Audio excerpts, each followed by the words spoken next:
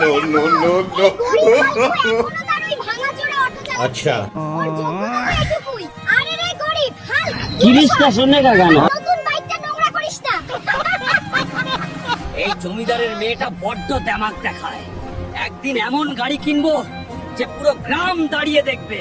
আরে ম্যাডাম, এই গাড়িটার দাম কত? এই গাড়িটা আমি কিনবো, সে যত দামিই হোক না কেন। আরে হালকু, এটা বুগাটি গাড়ি।